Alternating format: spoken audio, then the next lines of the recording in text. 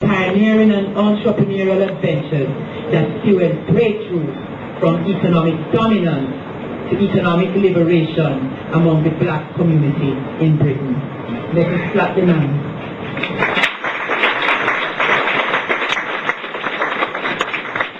And he has the testimony all there in his 3 words: how they made $1 million, black enterprise in Britain, and now the adventures of an economic migrant.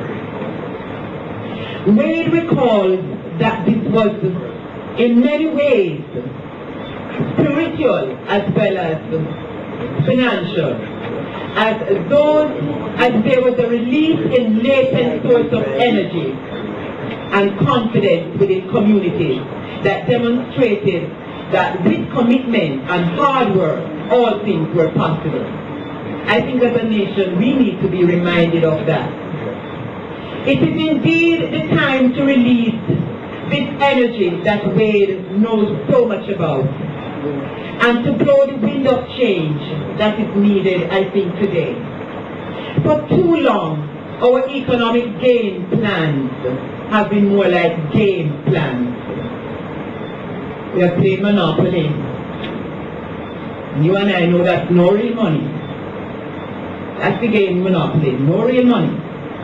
Scrabble, all words and words of promises. But what is followed by that? It's just a game. Snakes and ladder. Swallowing up those who wish to climb to the ladder of economic success with cash plus other things. No pun intended. But to do something, to engage in something that would change the lot of his fellow man. That is what perhaps we call altruism. Whatever you call it, it calls for someone who's not selfish but selfless, and who wants to see the improvement of others. Sometimes I think we forget the people factor in our economic endeavors. So, who is supposed to bring this community effort together? It's not going to come from top-down policies. It's going to come from bottom-up. Bottom-up solutions that come from the grassroots. Little associations, community associations, parent-people's associations, everywhere that people are gathered that we have a voice that can generate the change that we need. And what lessons can we learn from the adventures of an economic migrant? According to Wade, and I quote him, most people go into business with a profit motive in mind. A small number of idealists want to help their fellow men. I entered business to achieve economic independence. I cannot claim that I was always innocent or confident, but one thing for sure, I was always an optimist. The economic therapist, ladies and gentlemen, has outlined the objective of the lesson, and the concepts to learn are, yes, profit motive. What are they? Social entrepreneurship, helping to improve the lot of our fellow men, economic independence. But these concepts are seasoned with the attitudes and values of play it right, play it fair, play it well. Play fair, that's the best ingredient for economic success. And the strategies that the adventures of economic migrant models transcend race, class, culture, color, time, place, and an economic dispensation that means that it cannot be done.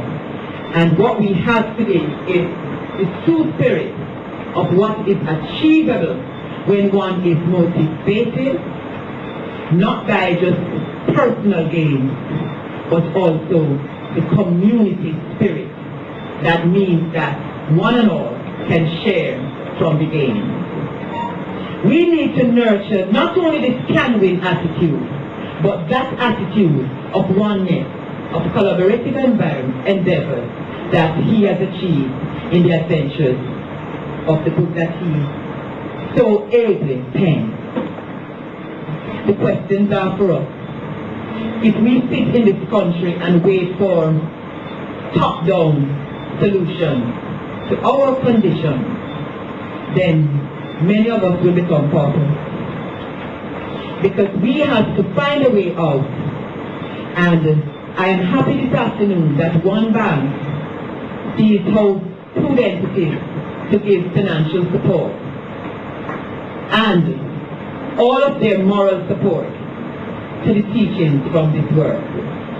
And so I challenge every one of us to go to build good corporate citizenship, to emphasize training and promotion for young adults and young people so that we can sustain our economic development and growth, to engage in business startup and career development for the young because we have to invest in them for future gains, to facilitate self-help and to mobilize the private sector to take on some of our business management that the government, I think, is having some challenges with, because perhaps they also need direction from those of us who perhaps are not fully in economics, but we have experienced the pain and the joy and the gain that can come through